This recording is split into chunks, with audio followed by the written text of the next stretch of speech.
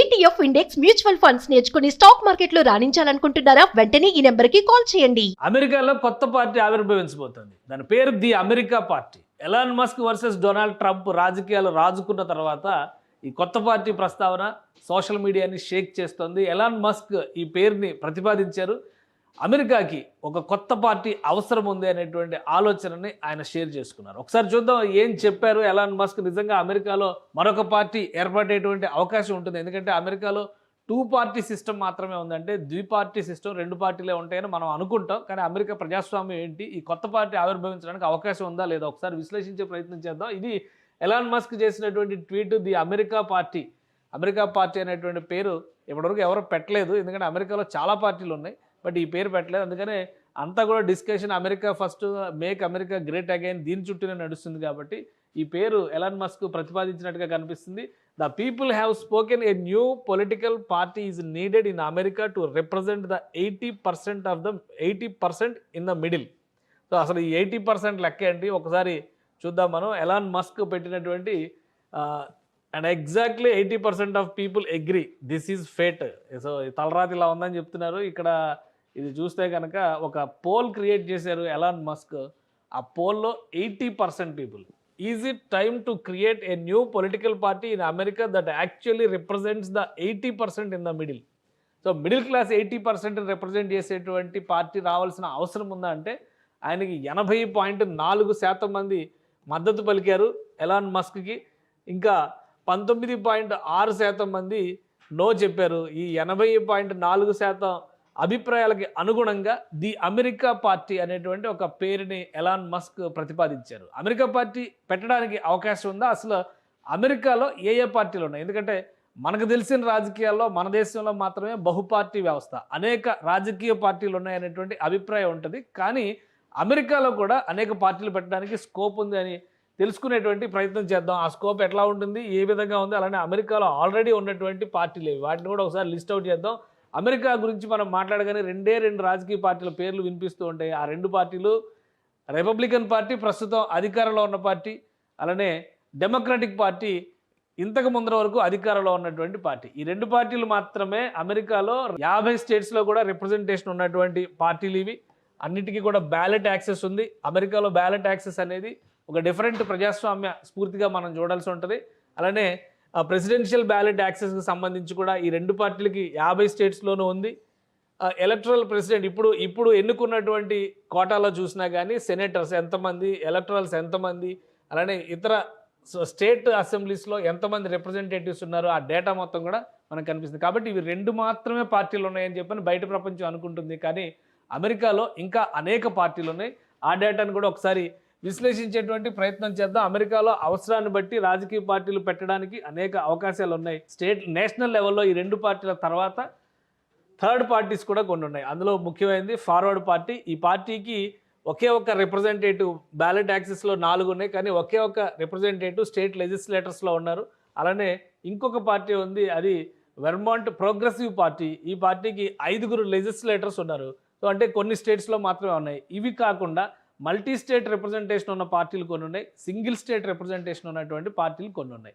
So ఇక్కడ libertarian party, green party, no labels, constitution party, working families party, party for socialism and liberation, alliance party, natural law party, అలానే American solidarity party, ఇవన్నీ కూడా multi state పార్టీలుగా అమెరికాలో పనిచేస్తుంది. ఇక్కడ మీరు గమనించి చూస్తే కనుక ఒక్కొక్క స్టేట్లో ఈ బ్యాలెట్ యాక్సెస్ ఉన్నాయి, 39 స్టేట్స్లో ఉన్నాయి. ప్రెసిడెన్షియల్ బ్యాలెట్ యాక్సెస్ ఏమో 47 స్టేట్స్లో ఉంది ఈ లిబర్టేరియన్ పార్టీకి. అంటే ఇది కొద్దిగా పెద్ద పార్టీగా, మల్టీ స్టేట్ పార్టీస్లో కొద్దిగా పెద్ద పార్టీగా చూడాలి. గ్రీన్ పార్టీ కూడా కొద్దిగా పెద్ద పార్టీగా చూడాలి. మిగతా పార్టీలు అన్నీ కూడా నామినల్గా ఉన్నటువంటి రిప్రజెంటేషనే చూడాలి. ఇక సింగిల్ స్టేట్ పార్టీలకు సంబంధించి అమెరికన్ ఇండిపెండెంట్ పార్టీ కాలిఫోర్నియా స్టేట్లో మాత్రమే ఉంది.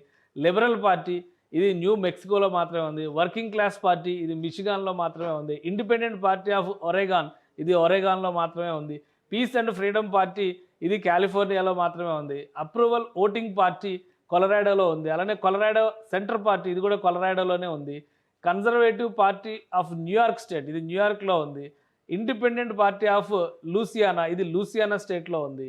యునైటెడ్ కన్సాస్ ఇది కన్సాస్ స్టేట్లో ఉంది. అలానే ఒరెగన్ ప్రోగ్రెసివ్ పార్టీ అంటే మన దేశంలో ఎట్లయితే రాష్ట్రాలకు సంబంధించి పార్టీలు ఏర్పడిపోయినాయో అదే తరహాలో అక్కడ కూడా కొన్ని రాష్ట్ర పార్టీలు, రాష్ట్రాన్ని రిప్రజెంట్ చేసేటువంటి పార్టీలు, ఆ రాష్ట్రాల పేరుతో ఉన్నటువంటి పార్టీలు కూడా ఉన్నాయి. ఇవన్నీ కూడా సింగిల్ స్టేట్ రిప్రజెంటేషన్ ఉన్నటువంటి పార్టీలు. సో ఇవేవి కూడా పెద్దగా ఇంపాక్ట్ చూపించేవి కాదు. అయితే ఒకటి ఇక్కడ ఆలోచించాల్సినటువంటి అంశం ఏంటంటే ఎంతవరకు ఆ పార్టీలకి ప్రజా మద్దతు ఉంటుంది. మన దేశంలో అయితే ఎవరైనా కానీ ఎలక్టరల్ రూల్స్ని ఫాలో అయ్యేవాళ్ళు. ఒక భారతీయ పౌరుడైనటువంటి వ్యక్తి ఎవరైనా ఏ పదవికైనా కానీ పోటీ చేయడానికి అవకాశం ఉంది. కానీ అమెరికాలో ఏంటంటే బ్యాలెట్ యాక్సెస్ అనేది అవసరం. ఆ పదవి స్థాయిని బట్టి దానికి ఎంతమంది ఓటర్ల మద్దతు, లేదా బెస్ట్ ఎగ్జాంపుల్ మనం అసెంబ్లీ శాసన మండలికి సంబంధించినటువంటి ఎన్నికలు, రాజ్యసభకు సంబంధించినటువంటి ఎన్నికలు చూసినప్పుడు ఒక పార్టీకి ఎంతమంది అభ్యర్థులు, ఎంతమంది క్యాండిడేట్స్ ఉంటే, అంటే క్యాండిడేట్స్ మీన్స్ ఎంతమంది ఎమ్మెల్యేలు, ఉదాహరణకి శాసన మండలిలో రిప్రజెంటేషన్ ఎమ్మెల్యే కోటాలో తీసుకోవాలంటే కనుక శాసన మండలిలో ఎన్నుకోబోయేటువంటి వ్యక్తికి ఎంతమంది శాసన సభ్యుల మద్దతు ఉంటుంది, ఆ నంబర్ని బట్టి మనం ఎన్నుకునేటువంటి పరిస్థితి ఉంటుంది. సాధారణంగా 24, 25 రాష్ట్రాల సైజుని బట్టి మన దేశంలో మారుతుంది. అదే తరహాలో బ్యాలెట్ యాక్సెస్, పోటీ చేయాలంటే కూడా వాళ్ళకు ఉండేటువంటి కనీస మద్దతు అది మళ్ళీ ఒక్కొక్క స్టేట్కి ఒక్కొక్క రకంగా ఉంటుంది. ఆ రిప్రజెంటేషన్లో కలిగేటువంటి మద్దతును బట్టి వాళ్ళు అక్కడ పోటీ చేసేటువంటి స్థానం లెజిస్లేటర్గా పోటీ చేస్తారా, లేదంటే సెనేట్ మెంబర్ అవ్వాలంటే మళ్ళీ అది మన రాజ్యసభ లాంటిది కాబట్టి అది డిఫరెంట్ కేటగిరీ అవుతుంది. కాంగ్రెస్కి ఎలక్ట్ అవ్వాలంటే అక్కడ మద్దతు ఏంటి, దీని ఆధారంగా వాళ్ళకు ఉండేటువంటి ఓటర్ల సంఖ్య మద్దతు ఆధారంగానే బ్యాలెట్ యాక్సెస్ అనేది దొరుకుతుంది. కాబట్టి అందుకని ఒక రాజకీయ పార్టీ అనేది చాలా సంక్లిష్టమైనటువంటి ప్రక్రియగా అమెరికా రాజకీయాల్లో చూస్తారు. కానీ ఇప్పుడు ఎలాన్ మస్క్ తీసుకున్నటువంటి నినాదం ఖచ్చితంగా 3వ రాజకీయ పార్టీ బలమైన ప్రత్యామ్నాయం రావాలనేటువంటి వాదన ఆయన చేస్తున్నారు. ఎంతవరకు ఎలాన్ మస్క్ని యాక్సెప్ట్ చేస్తారు, ఎంతమంది ఆయనకు మద్దతు ఇస్తారు, ఆయన వెంట ఎంతమంది నడిచి వస్తారు, దీన్ని బట్టి అమెరికా పార్టీ భవిష్యత్తు ఉండేటువంటి అవకాశం ఉంటుంది. దానికి అనుగుణంగా ఎలాన్ మస్క్ ఎలాంటి ప్రణాళికలు వేస్తారు, ఏ విధంగా ఆకర్షిస్తారో చూడాలి. ఎందుకంటే ఎలాన్ మస్క్ని వ్యతిరేకిస్తున్న వాళ్ళందరూ చెబుతున్న ఒకే ఒక్క మాట, ఎలాన్ మస్క్ అక్రమ వలసదారు అనేటువంటి మాట చెప్తున్నారు. అమెరికా ప్రయోజనాల కంటే కూడా తన ప్రయోజనాలే ఎక్కువ అనే ఆలోచనతో ఎలాన్ మస్క్ పనిచేస్తున్నారని చెప్పని ఎక్స్ప్లెయిన్ చేసేటువంటి ప్రయత్నం చేస్తున్నారు. కాబట్టి ఈ రెండు అంశాలని దృష్టిలో పెట్టుకొని చూసినప్పుడు ఎలాన్ మస్క్ పెట్టబోయేటువంటి పార్టీ ఏ విధంగా ఉంటుంది. ఇంకోటి ఇక్కడ 80% ఓటింగ్ జరిగినటువంటి ఎక్స్ కంట్రోల్ చేసేది కూడా ఎలాన్ మస్కే. కాబట్టి ఎక్స్లో వచ్చే రిపోర్ట్స్ని ఎంతవరకు నమ్మొచ్చు, ఎక్స్లో వచ్చే ఓటింగ్స్ని ఎంతవరకు నమ్మొచ్చు, డొనాల్డ్ ట్రంప్ పోటీ చేసేటువంటి క్రమంలో, ప్రెసిడెంట్ పదవికి పోటీ చేసేటువంటి క్రమంలో ఎక్స్ నిర్వహించినటువంటి అనేక ఓటింగ్ క్వశ్చన్స్ అన్నీ కూడా ఎలాన్ మస్క్ ఇంటిగ్రేట్ చేసి ఉద్దేశపూరితంగా డొనాల్డ్ ట్రంప్కి అనుకూలంగా ఫ్యాబ్రికేట్ చేశారనేటువంటి ప్రచారం కూడా అమెరికా రాజకీయాల్లో దుమారం రేపింది. సో ఇప్పుడు ఎలాన్ మస్క్ తనదైన శైలిలో కొన్ని ప్రశ్నలు లేవనెత్తినప్పుడు ఎక్స్ రియల్గా స్పందించిందని అనుకోవడానికి ఎంతవరకు అవకాశం ఉంది, ఎక్స్లో వచ్చిన పర్సంటేజెస్ని మేనేజ్ చేయడానికి ఎందుకు అవకాశం లేదనుకోవాలి. కాబట్టి ఇది కూడా ఒక అంశంగా మనం చూడొచ్చు. సో ఎలాన్ మస్క్ ఇచ్చినటువంటి ఈ డేటాను బట్టి చూస్తే మాత్రం ఒక రాజకీయ పార్టీ ఆవిర్భావం స్పష్టమైనటువంటి సంకేతాలు క్లియర్గా కనిపిస్తున్నాయి అమెరికాలో. సో ఎలాన్ మస్క్ పెట్టబోయేటువంటి రాజకీయ పార్టీ ఏ విధంగా ఉండొచ్చు, ఎందుకంటే ఆయన ఆపరేట్ చేసేటువంటి ఎక్స్ వేదికగా ఈ పర్సంటేజ్ ఆఫ్ ఓటింగ్ వచ్చి ఈ 80% రిప్రజెంటేషన్గా రాజకీయ పార్టీ ఆవిర్భవిస్తుంది. కాబట్టి ఒకసారి ఎలాన్ మస్క్ సృష్టించినటువంటి ఈ ఎక్స్ మాయాజాలంలోనే ఒక ప్రశ్న వేసి చూద్దాం. ఎందుకంటే the America party, Elon Musk the America party. So ఇది ఎలాన్ మస్క్కి చెందినటువంటి ఎక్స్లోనే గ్రోక్లో ఒకసారి అడుగుదాము. ఎందుకంటే ఎలాన్ మస్క్ అభిప్రాయాలకు అనుగుణంగానే ఇది పనిచేస్తుంది అనేటువంటి భావన ఉంది. కాబట్టి ఎలాంటి జెండా, ఎలాన్ మస్క్ మనోభావాలకు తగ్గట్టుగా ఎలాంటి జెండా రూపొందించవచ్చు అమెరికాకి సంబంధించి అనేటువంటి టాస్క్ మనం గ్రోక్కి ఇచ్చాం ఎక్స్లో. సో ఏం చేస్తుందో చూద్దాం.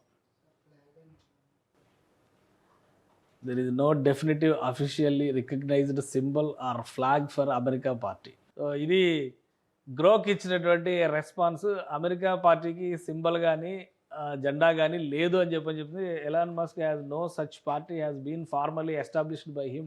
సో ఇంకా పార్టీ పుట్టలేదు కాబట్టి the America party which Elon Musk has floated as an idea to represent the 80% in the middle of America voters. So ఇక్కడ ఒక క్లారిటీ వచ్చింది. బహుశా ఎలాన్ మస్క్ అభిప్రాయాల్ని గ్రోక్ బాగా స్టడీ చేసినట్టుగా ఉంది. పార్టీ పెట్టాలి అనేటువంటి ప్రతిపాదన మాత్రమే చేశారు. ఇంకా అలాంటి పార్టీ ఏదీ లేదు కాబట్టి దానికి సంబంధించినటువంటి డిజైన్లు కానీ, జెండా కానీ, సింబల్ కానీ ఏవి కూడా ఇందులో సజెస్ట్ చేయలేదు. సో ఫ్యూచర్లో ఎలాన్ మస్క్ ఏ విధంగా కన్క్లూజన్ ఏమింది, currently there is no official America party. So America party అనేది అఫీషియల్గా లేదు కాబట్టి దానికి సంబంధించినటువంటి రిప్రజెంటేషన్ తయారు చేయడం కష్టం అని చెప్పని గ్రోక్ చెప్తుంది.